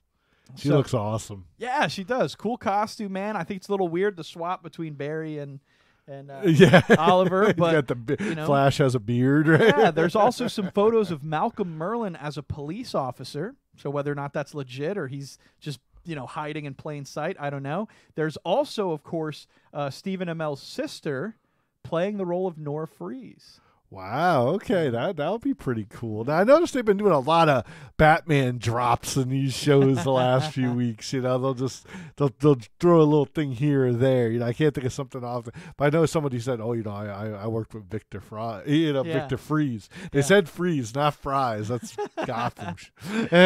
Well, one thing I thought was pretty cool was that Stephen Amell. I read an article that he did an interview in where he said he's pretty sure they cut a scene out of the show because he made a crack about the bat signal, that was kind of impromptu, but they were standing around on the set, and he was all like, "Oh yeah, blah blah blah. That what a goofy signal." And he really? walks away, and he was like, when he saw it later, they cut that part out, and he was like, "Oh, that was funny." And they're like, "Can't make fun of Batman, dude." Like, what are you thinking? Yeah, so pretty fun stuff. Looks like a lot of fun, man. Absolutely, Batwoman heading up there, man. Ruby Rose is playing Batwoman. The Kat Kane one, right? Kate Kane. Kate Kane. Yep. That's what it is. Yeah, which to me was just such a primo Batwoman. The Greg Rucka that he did with her and the Question, the Renee Montoya Question. Yeah, awesome. Awesome stuff. Can't wait to see. These crossover events are always real fun. No doubt, man. All right, but that's going to wrap it up for that. We've got a bit more of the best of 2018 and a fun game that you guys can participate in. It's mostly for me and Senor Bull, but you guys can hang in here with us, have some fun, have your own guesses. Let's jump back in the studio. Oh, yeah. Check it out. All right. All right, feels man. so good to be back. There you go, man. There you go. So we're gonna crack open some of these bags now, or are we gonna jump on some list first? Let's jump in the bags. Let's play some games and have some fun, man. You start getting set up, and I'm gonna pull up a beautiful slide and let everybody know that this game comes to us tonight courtesy of, I guess, sort of our newest sponsor here since they gave us stuff. But, oh, wait, hold on. These are still the first slides from earlier. I'm going to switch over to our second half of the show slides. All right, and we're going to give a big shout-out to Vintage Graveyard, man. Bringing old threads back from the dead. That's right. This is a place where you can go and find nostalgic, really primo condition, damn near mint condition memorabilia kind of clothing that you can find. Vintage stuff, classic Tommy Hilfiger shirts, classic sports or event shirts and things like that. You can head over to this website. I know that they have an eBay store that's fantastic, and you can buy a lot of cool stuff. They also have some collectible action figures and video games that they also sell on the site, but they primarily focus on bringing old threads back from the dead. That's right, some old-fashioned styles that you may still love and may still be rocking We totally support taking it back, 80s, 90s style, man, early double aught style, whatever you got, Vintage Graveyard's got it. So head over there and check them out, man. They are for the win. And what they decided to do was hook us up with a Guess the Wrestling toy game, man. So they have given us tonight 2 bags full of various wrestling action figures that they want us to try to identify. We may need your guys' help, though. So let's all get in here. Let's have some fun, and let's see what we can figure out. All right, man. Well, I was talking to the cats over at Vintage Graveyard. I was telling them about our show last year where we pulled out some of our favorite toys, just to celebrate in the holiday season. And the head over there said, you know what? We're gonna give you guys some toys, and you guys are gonna have to try to guess, man. So I've got a collection over here. Yeah. You have a collection. I'm gonna pull these guys out. Well, I'm gonna pull them out one by one. You're gonna pull it out? I'm pulling them out, man. And we're gonna see if you can guess these. Now we know that El Bandito, he's a big wrestling fan, but man, his wrestling knowledge is kind of more of the later 90s. Definitely Attitude Era. Attitude Era. Definitely, I would say I'm an Attitude Era aficionado. So I am familiar with a lot of classic stuff, but yeah, we'll see how we do. You'll see, man. But hey, guess what? Well, the Legion of Love, man, maybe you can phone a friend, phone a Legionnaire out there. Maybe they might be able to help you out. So you ready to get started? Absolutely, man. Let's do it. Thank you, Vintage Graveyard. All right, let me get this guy out of here. I got to be very careful. Some of these are very classic, man, very classic. So check this guy out. Oh, look at that. Okay, I instantly know this one. This is Stretch Armstrong. All right. What are you guys thinking about this guy right here? Man. What do you think? I could do his theme music for you if you need. I don't think that's going to help. I'm not a big music guy. But I will say this. He's definitely given off kind of a Macho Man vibe. Oh, man. But he doesn't seem tassely enough to be the Macho Man. But I do like the bandana. I don't know. Do you guys think I should go Macho Man? Give me a vote for Macho Man down there. It's funny how similar the Elseworlds promo looks like to Avengers 1. And then there's a picture for it there. All right, I'm going to have to check that out. Pretty cool. My pullout game is weak. All right, so what do you guys think? Should I go Macho Man? I think I'm going to go Macho Man. Macho Man? Oh, I'm man. going Macho Man. Well, you got it, man. Hey! That's Macho Man Randy Savage, man. Got you for 3 minutes of playtime. Playtime, man. And these are classic, man. That toy is probably from like 1986, El Bandito. He's a mucho Macho Man, Here you go. too. We'll put this guy behind him. I'll just set him down. I don't want to sling off the front of the desk there. All right, you ready for the next one? Oh, yeah. This one's a little tough, man. It's a little tough. All right. I gotta work them out of here because they're all flexing, Oh man, they're all flexing. Guy. Look at the size of this guy. Whoa! All right, guys, check out this guy. He's got a bit of a baby face on him, but he definitely looks pretty big. Yep. Look at this. Are these from the same collection? They're from the same collection. He looks bigger than Macho Man. Look at how his knees are bent. This guy's like 2 feet taller than Macho Man. Oh, yeah, man. Oh, definitely. I love that, though, about those 80s toys, man. They weren't all just cast from the same mold. I mean, I know there were some toys like that, but... So this is apparently from Titan Sports, Inc., I'm just staring at his butt. I just realized you guys are all watching me stare at his butt. We got another vote for Macho Man? No, I don't think this one's Macho Man, too. Maybe bring him a little closer. Let him see. He's blonde. I don't know. He's kind of looking like Hacksaw, maybe? Is that who you're going to go with? I don't think so, because his face doesn't really scream Hacksaw. But that could just be... What do you guys think? I got the cream. What's the cream? The cream. I like how they don't give anything away on their outfit like modern wrestlers. Just have their name and shit all over them. The Rock on his butt. Don't stare at his ass, though, baby. I'm trying, but why are his knees all scuffed? That's what I want to know. I know when I tell you the name of this guy, you're going to be like, who? Is it the Hammer? It is not the Hammer. Oh, man. Okay, that's actually Big John Studd. Big John Studd. I mean, he was a big dude. Yeah. I mean, I think he was like 6'9", so he was a tall dude. Obviously he's doing the little knee bend right there. So I can see why he's Big John Studd. He looks like. Let's put him here on top of Macho Man. Jason over there at Vintage Graveyard. I'm like, what was I thinking when I lent these guys some toys? All right, so that was one. I got one so far. We got Macho Man. Let's see who else we got. Let's see who we got. Missed. What was this guy's name again? That's Big John Studd. Big John Studd. All right, you'll probably get this guy. All right, who's this guy right here? Oh, man. Look at this guy. Okay, I do know this guy. This is Terry Funk. No.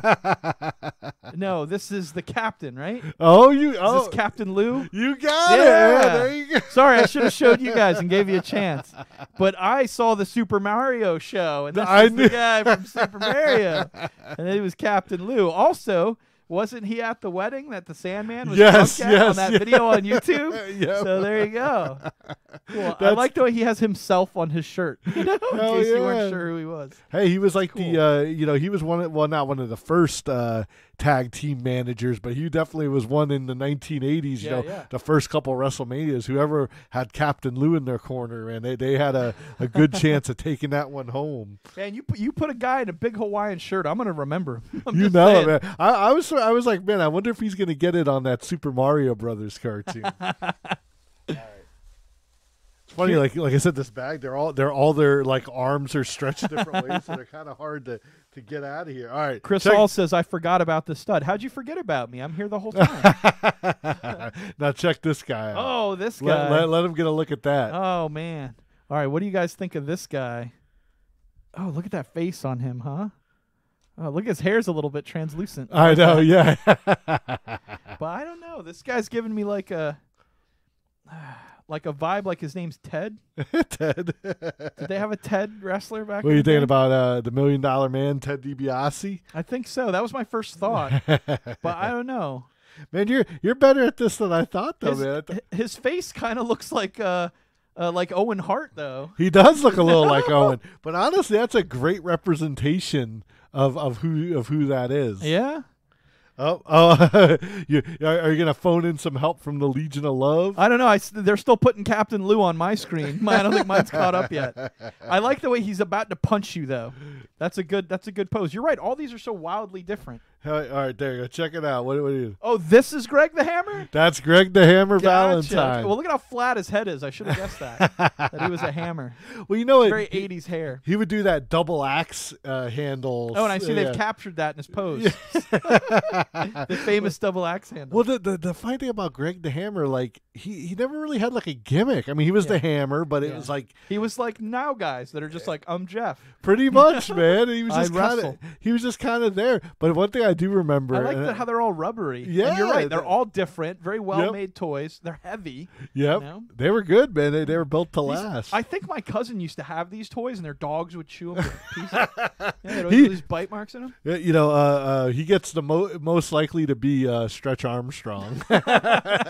Okay. All right, I got. Let me say. Actually, you got one more. Or you got two more. Actually, I got two more. Got two more. Okay, two more.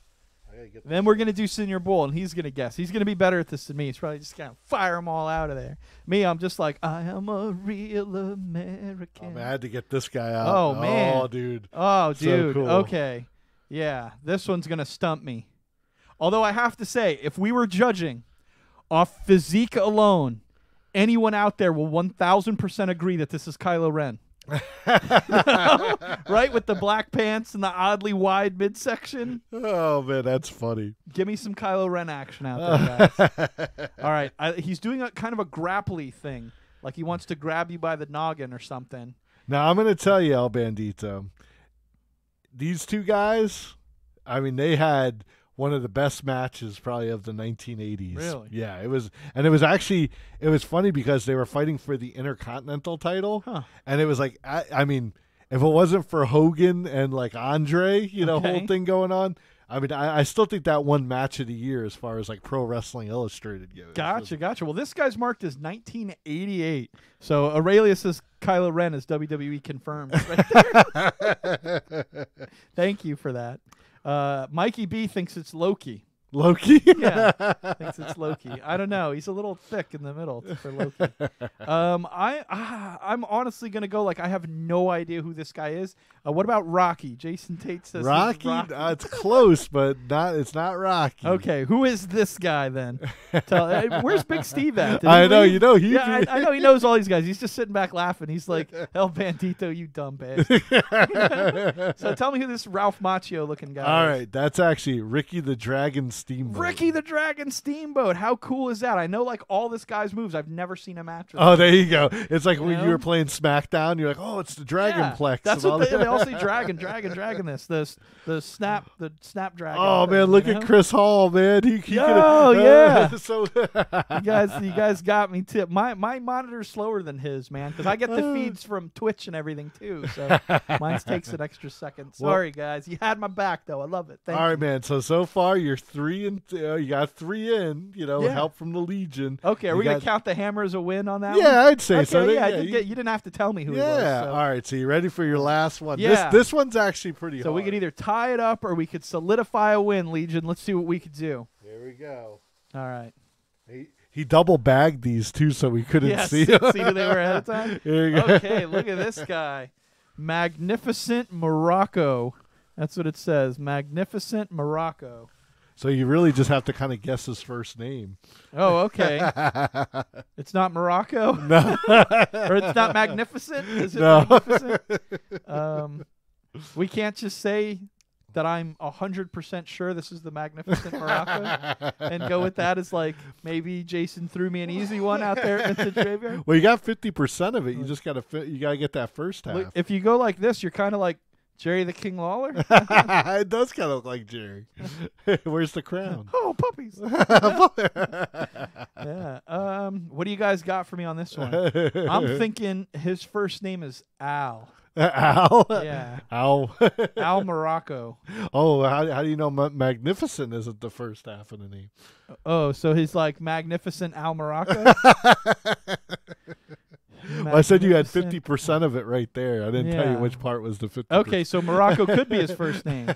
Magnificent Morocco Kong.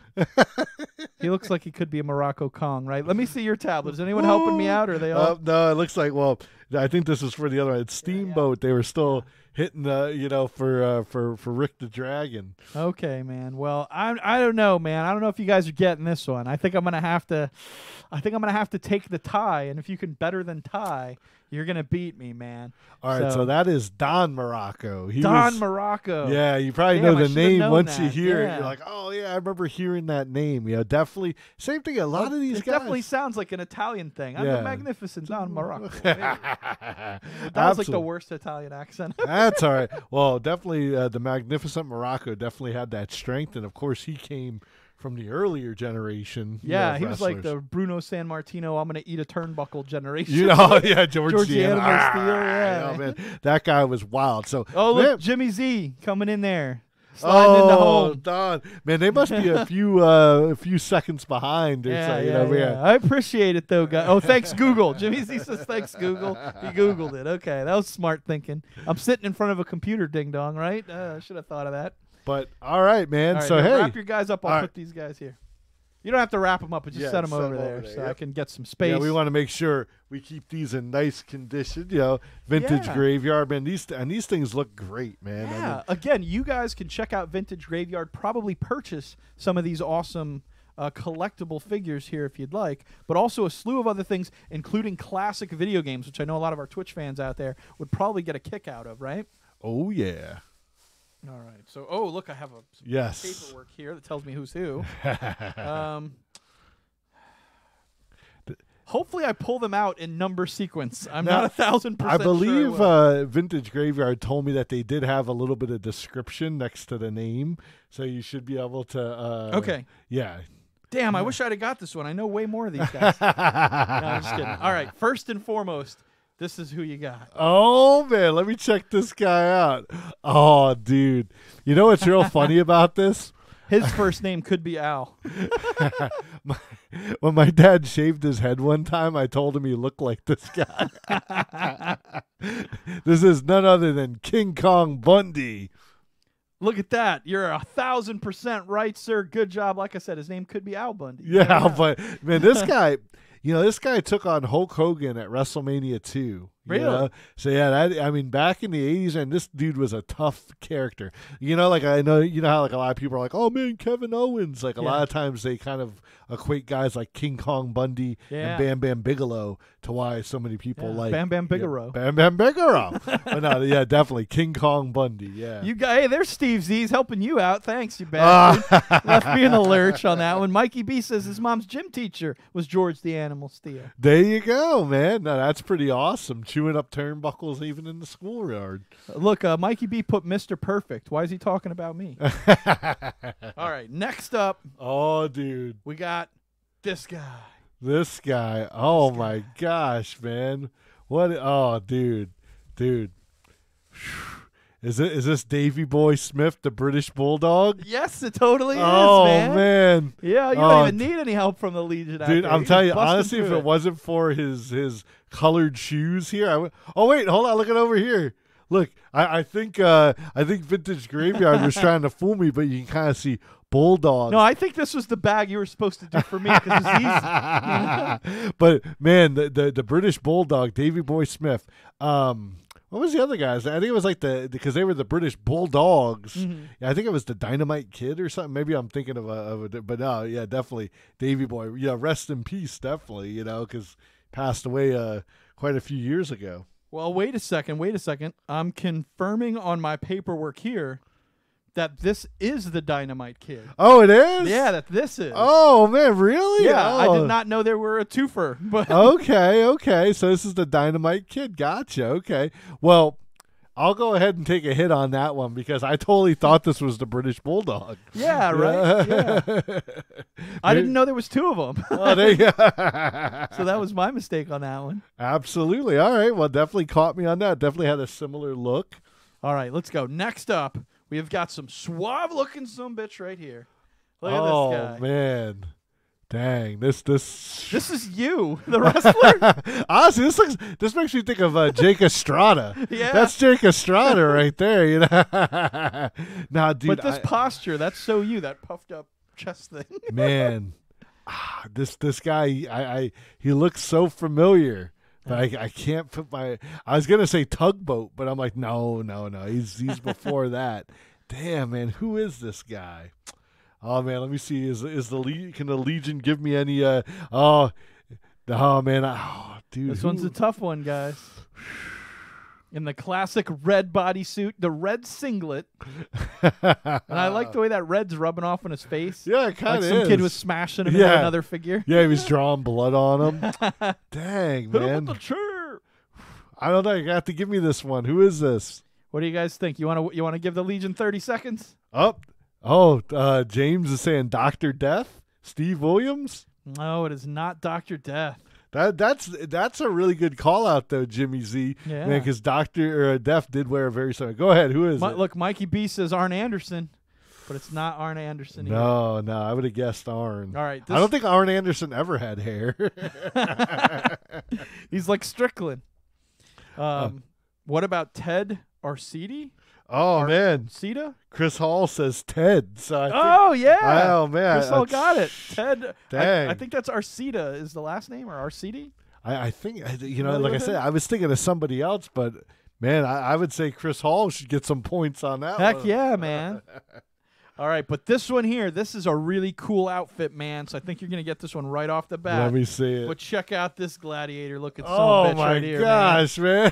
Hey, I gotta say something, Vintage Graveyard. You sure you didn't throw in some He-Man action figures or something? This guy does look like he has the gosh. power. Is this the Barbarian? Oh, it just has his name. Oh my gosh!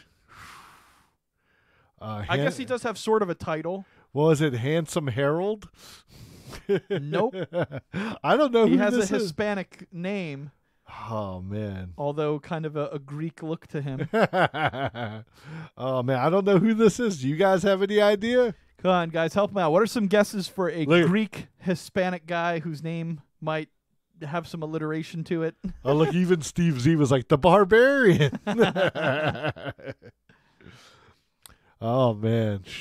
I think this glorious Assassin's Creed Odyssey player may escape even the Legion's grasp. All right, who is it, man? This is Hercules Hernandez. Okay, I remember the name, man, but geez, I mean, he looks just like one of the barbarians. Jason T snuck in with Arn Anderson. That's Okay, awesome. you got 2 more here. Oh man, And they're only going to get harder. I know it's not looking good. All right, what do you think of this bad boy? Oh my gosh! Look at how all their skin tones are different. you Yeah. know? Like look at how orange this guy is compared to how pale he is, compared to how like mocha colored that guy Yeah. is. Is this That's good Ricky quality Martin? stuff. Is it Ricky Martin? He looks like Ricky Martin. We got a shout out for Steve Williams.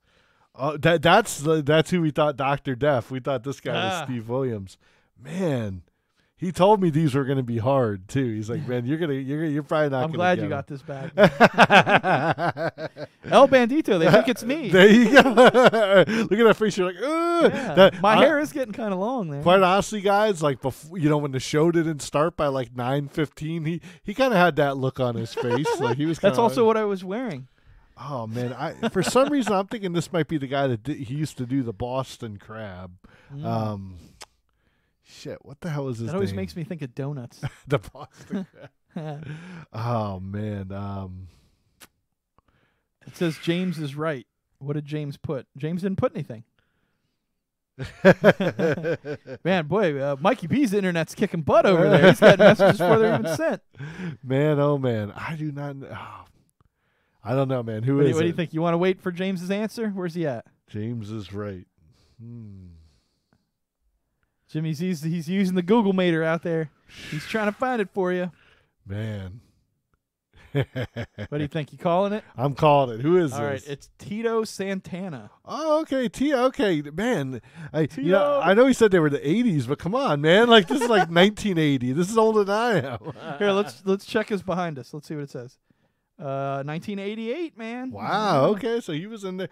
These guys were probably all in like the Royal Rumbles and stuff. These guys are like the Legend Collection. From I know. '88. Like they're. I love that he starts. starts off with King Kong and one of the bulldogs. He got your hopes up and then. Pew. Oh, shot it right on. James down. said, "I have no answer." All right, let's check it out. Last but not least, we've got this Adonis of a man. This Schwarzenegger-looking sumbitch right there. Oh man, this is Bruno Sammartino. that's no doubt, man. Look at those pecs. Like what the? Look at this. All right, man. It's not. It's not. Nope. All right, is this Buddy Rogers? Wasn't he an actor? No. He was he was the original Nature Boy. Look at the thighs on this guy, man. I know, man. Jeez. Look at this. Look at Is that this, Arnold? Look at his thigh. It's thicker than my finger. It's thicker than my thumb. You know? It's really not Bruno Sammartino? No. Damn. No, it's not. Man, he probably pulled some guys from like the AWA or something. These aren't even like WWF They're not guys. even legit figures. I don't know, but yeah, you're right. Imagine this guy doing like the Stone Cold Stunner though. Watch this. He'd be like, Punyaga. All right, man. I don't think we're getting any help from the Legion. I think they gave up on this game on us here already. All right, who is it? But I will tell you, this is Mr. Wonderful Paul Ornoff. Oh, Paul Ornoff. Okay, yeah, he was a big dude too. Yeah, that's a big guy right there, man. Yeah, that's crazy, man. Very, very cool toys. I love how Heck all yeah. their different physiques and stuff like that. Classic, man. See if we can get Bundy to stand up back here with us. Now, I just talking about Vintage Graveyard, they did say that they do have some of the more, not current, but more stuff that's not so early 80s. So Yeah. maybe at a future, maybe around Royal Rumble time or WrestleMania, maybe we'll be able to play this game again. And hopefully Jason L says Paul looks like you after you get out the gym. You know it, man. Yeah, right, man. That's Jason L right there with that baseball like bicep. All right, guys. Well, thanks for hanging out with us during that super fun game. We hope you guys had some fun throwing some guesses out there. Again, we want to thank Vintage Graveyard, Jason out there, man. Thank you so much, guys. If you're looking for some awesome old school threads that are still in great condition, man, check out Vintage Graveyard. They have a wonderful store on eBay. I think they've also got some website stuff you can check out. So hit them up online, man. We'll be sure to post some links to them throughout the course of the week. So thanks again. Absolutely, man. Thank you guys. Oh, but we got a little bit more for you guys hanging out with us into the late hours here. Like you said, we didn't get started about 9:30, so we're going to still be rocking and rolling for just a little bit. No doubt, guys. And we've got the best of video games coming up here very soon, which I know a lot of you guys are stoked for. But first up, real quick, we're going to talk about the best wrestling match of 2018 in tribute to all the fun wrestling stuff that we got here from Vintage Graveyard. And some of our contenders here that we've got tonight definitely come from our friends over at the ARW, man. Oh, yeah. Right? Because we saw some amazing matches this year up there, and these are live in-person matches that we got to see. We got to see Tommy Dreamer versus Jesse Neal. Oh, yeah, man. And like we said, we didn't have to travel all the way to Philadelphia to see this. This happened right up in Cocoa Beach, man. And the best thing, too, if Tommy Dreamer's in the match, man, you know it had to be a hardcore rules match. Oh, absolutely, man. And I got to meet Tommy Dreamer, sort of. Like, I was in line buying chicken, and he was like, had to cut through the line. He was like, oh, excuse me. So that was super cool. I was like 2 feet from him. So that was really nice. But Tommy did all of his classic stuff. The guy's in phenomenal shape still, and he even pile drive Jesse Neal's girlfriend. So that was cool. Classic Dreamer. Absolutely, man. Next up, we can't talk about wrestling without at least mentioning the ongoing feud or, year-long feud that Roman Reigns versus Brock Lesnar had. Oh, you know it, man. And, as much as we like to boo Roman and say all that stuff, of course, finding out his, current condition, it's just stopping him from actually competing right now. It really goes back to show all those awesome matches that he had there. And, man, like you said, they were just throwing it down. Yeah, so there was a lot of fun stuff there. I have to say, personally, my favorite was the cage match they did where they got thrown out, and it really looked like, Roman Reigns' feet hit first, and then they were like, no, it didn't, and all that. Like, that was just fun to me. I think that reminded me of some old school wrestling. That was at the Greatest Royal Rumble, I believe. Yeah, right? I think it was. I mean, that was definitely better than the Rumble. Well, okay, so we also got to see Jesse Neal versus James Storm with badass Billy Gunn as the special guest referee. And once again, this wasn't at some WWE event or something. This was up in Cocoa at the ARW, formerly known as the AWE. And, man, it was just so cool, man. And the thing was, while I don't think this was initially supposed to be like a hardcore match, man, these guys brought it out into the crowd, baby. Absolutely, man. Even Senior Bowl got some video of the event that we played in our segment about that earlier this year when we first got back from there.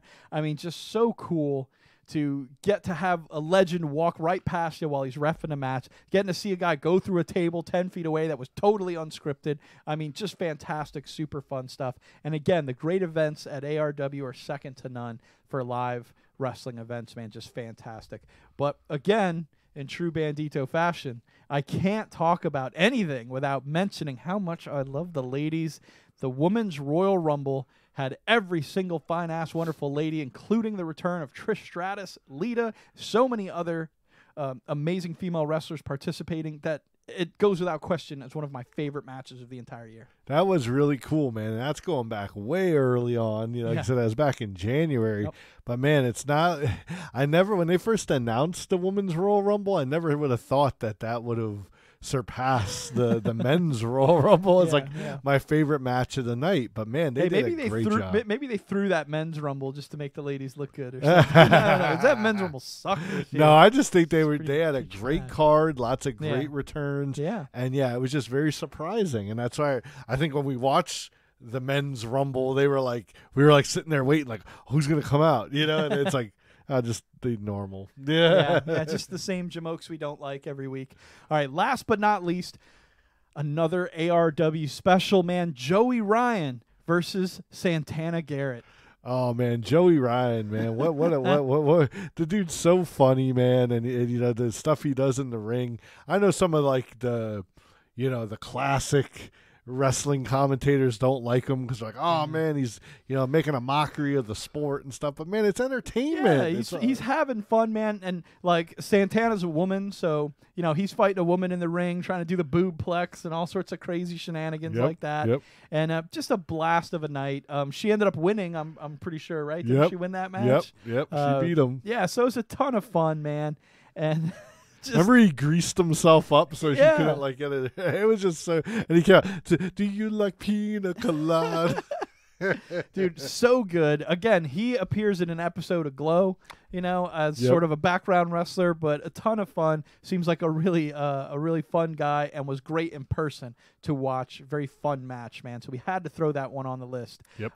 But to wrap up some wrestling, man, our winner for best wrestling match of 2018 has to go to none other than Tommy Dreamer versus Jesse Neal. Oh, you know it, man. It was one thing to see the innovator of Extreme come down here to Florida, and man, even Jesse Neal, man, these guys just put on such a great show, yes, man. And even at the end, remember after all the dust had settled, I got up and shook hands, man, and it was just a great end to the night. And that was our first ARW event, so we were like, dude, this is badass. It was just really great energy in the room. You could tell people were really excited, that Tommy was so excited to be there. Gave a beautiful speech before he left, thanking everyone for coming out and supporting live wrestling, Yep. So cool, man. Really great match, and our hats off to ARW for bringing that to our backyard. Thanks a bunch, guys. Oh yeah, man, definitely check them out. I know just a few months ago they had Tommy Dreamer come back, and Raven was with them. So man, those guys were always going at it back in the day. Feud City, man. All right, but thinking of feuds, man, boy, we had to have it out over our best video game of 2018. We know you guys have been waiting to hear about it, and of course we had to put on the list Fallout 76. Senior Bowles played it. I have yet to play it. I will be playing it next Monday night, December 10th, right here, 9 p.m. I'll be venturing into the wasteland on my own, and I invite all of you beautiful people to join me and to take the poll on our Facebook page to decide whether I should play as a man or a woman. So got an honorary mention for Fallout 76. Haven't even got the chance to play it yet. Sounds like it has some mixed reviews. Definitely not Game of the Year. But we do have some other great contenders like Far Cry 5. Oh, man, yeah. I dove into Far Cry 5 after I had seen it, I think at last year's E3. I was like, wow, that looks very interesting. Like this like kind of cult, takes over a Montana town, so they're like kind of cut off. Like they don't have any like cell phone service or anything like that. And yeah, you're pretty much in the typical Far Cry kind of thing where you're kind of just going around just shooting a bunch of them and, doing missions and stuff. But man, I really enjoyed like the vehicle driving in this game. You have like a little ATV or a truck, or get in a plane or a boat. Like you just go all over. It's all first person. But another thing that's cool is it has co-op. So it's not so much multiplayer, but like a buddy of yours can come join in, and you guys can play through the whole game together. That's awesome, man. Yeah, I love that sort of atmosphere. I watched you play the game for a little bit. Looked fantastic. Yeah. I know Party Man Will has raved about how good this game is. It may be something I have to sit down to play, but I am definitely excited to get my hands on the latest edition of a series, Assassin's Creed Odyssey. Also up for our Game of the Year, because it is simply a stunning game. Everything you see from it's so good. Assassin's Creed just has this legacy of good game after good game after good game, with some near misses or near hits, whatever you want to call them, with like Unity wasn't super popular with people. I still had a great time playing that. I loved the co-op stuff that you could do with other people. I know I got to run around with Bishop a bunch in that. I also think Spider-Man is a huge contender. Neither one of us gets to play it, but we get to see all of this stuff about it, and we are for the first time being like, we have to get Spider-Man.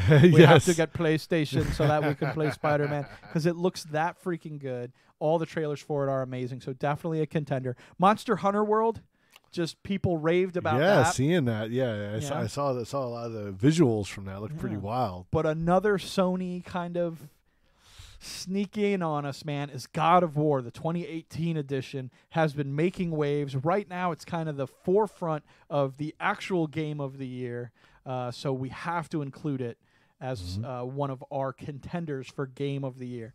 But again, since we're going to limit this to games that we actually got to play, which I know is sort of unfair to a lot of other games, but maybe your trailer should have been better. I don't know. Or maybe don't be so console specific. But we did narrow it down to one winner. Oh, yeah. Let them have it, El Bandito. And our winner for 2018's Game of the Year is Red Dead Redemption 2. Oh yeah, man. The one thing I think is cool about Red Dead, of course, it's an amazing game, very beautiful, but it's really neat that we can chronicle all the way back to 2016 when we were just doing our audio podcast when we first mentioned that this game was coming, and for years now, El Bandito debated if it was actually ever going to release. Yes. That is solely the reason it gets my vote, is because it actually came out, and I'm like, wow, okay. I believe it. I saw it. It looks fantastic. People can't stop talking about it. I'm dying to play it. It's going to be something I jump on in the next few weeks and may stream as well if all you beautiful people are excited to see something like that. Well, man, definitely, it's a gripping story, beautiful graphics, fun gameplay. I've been playing for a couple of weeks now. It just released the Red Dead Online mode, which you get out there and have some fun with all the other crazy GTA players or, GTA style players, But Dude, man, I'm not going to lie. I went out the other day in my car. I was driving out and about. I think I was heading up to Big Dog Comics and Thunderdome Gaming. And, dude, you know what came on the radio? What was that? A classic rock hit. Right, Cowboy. Okay, yeah, right? By Kid Rock, yeah. And I was like, I gotta play that Red Dead game. That's a good point. Yeah, it's just, man.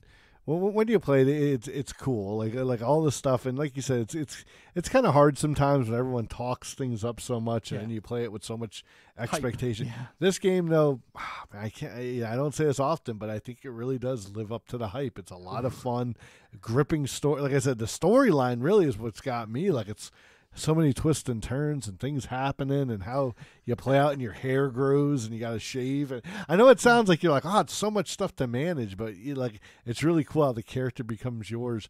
And then in the online mode, you get to create a character. So. You're like, all right, let's wrap up tonight's shows. I got a stagecoach that needs driving out in Amarillo. Did you see that? South Park did like a 2-part episode all about Red Dead Redemption. I saw something fantastic. I saw something like the cops are doing something. It was like, man, if I'm not being able to go rob something right now because of this scrap going, I think I saw like a clip, but I'm gonna have to watch it. Oh, good stuff, man. So it looks like we got an agree from our Twitch aficionado out there, Aurelia.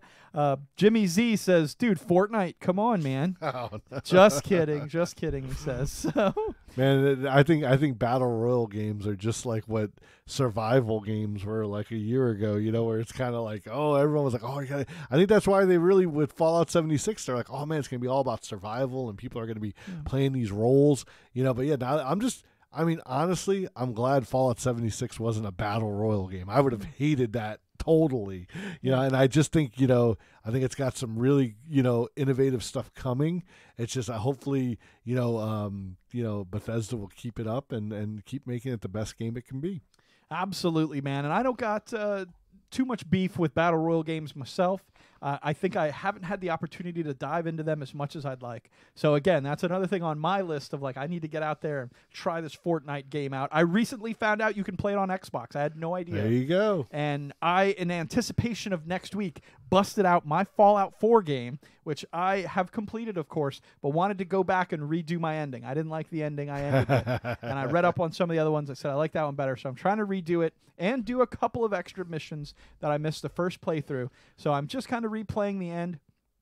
And I realized that I have been building a game in my capstone class for college. And in doing so, we play the entire game with the normal looking version. With the Y-axis normal. Oh, okay. You press up, it goes up. Press down, it goes down. My whole life, I've played video games with the inverted look. Press down, you look up. Press up, you look down. So that's the way my Fallout game's set up, and I know I can change it very easily. But now I've played this game on normal for so long that I started playing Fallout 4, and no matter how I switched to the looking version, I'm playing like a goofball. Like I've never picked up a video game before, and I just got my butt whipped for the longest time. So I'm just getting my bearings again, and I'm glad I did. Otherwise, I'd have made a fool of myself next week playing Fallout 76. But instead, I'm well prepared to head into the wasteland. See you guys out in West Virginia next week. Oh yeah, man. And as far as the rest of the year goes, I'm getting ready to head on out on my winter break, which, like you said, but there's still going to be some Power Hour stuff going on here and there, but definitely, like I said, El Bandito will be here next week, rocking out some Fallout 76. But I just wanted to tell you guys from Charboil, thank you guys so much for all the support and, checking us out and sharing the video and giving us feedback and participating, because that's really what it is. It's like a social experiment. That's what we like to say. It's not just about us. You guys are in here too. I love you, Legion of Love. No doubt. It's all about getting together. It's about the inclusion of the Legion of Love, man, that we can all get together and talk about these amazing things we love. As always, feel free to invite all of your friends, neighbors, online friends, people you don't even know, whatever, to come and join the Legion of Love and talk about these fun and exciting things. We want to keep this a positive, fun experience, and our comments reflect that 1,000%. So thank all of you beautiful people for being the beautiful people that you are and putting in so much fun stuff and fun comments and sharing these evenings with us, right? Jimmy Z, Country Road. I see you out there, man. Aurelia says she plays Southpaw inverted. Oh, my gosh. Oh, wow. That's rough, man. But good for you on that one, man. Be your own person. Be yourself. I love it. It's super good. Don't try to conform to what other people say is right. I didn't, and I play just fine. A little goofy right now, but I'm going to get back at it. There you go, man. But there yeah, you go. guys, thank you so much for joining us tonight, taking this look back at 2018. We've had such an exciting and fun time putting on this show. Not for you guys, but with you guys. Yes. So thank you for everything. We hope to see more of you in 2019 as we have a lot of exciting stuff. A new Countdown to Infinity War next year. A brand new, kind of for the first time in our live action series, a new Draft of Thrones that'll be coming out. Yes. Lots more playthrough and reviews. Like we said, a lot of exciting stuff coming up in the next few weeks from the Power Hour Love, especially concerning gaming. Join us next Monday night, December 10th, 9 p.m., as I venture into Fallout 76 for the first time. I hope to see you guys there, and I hope to see you happy and healthy on our first episode, 2019. Oh, yeah, man. And for one more time in 2018, yeah.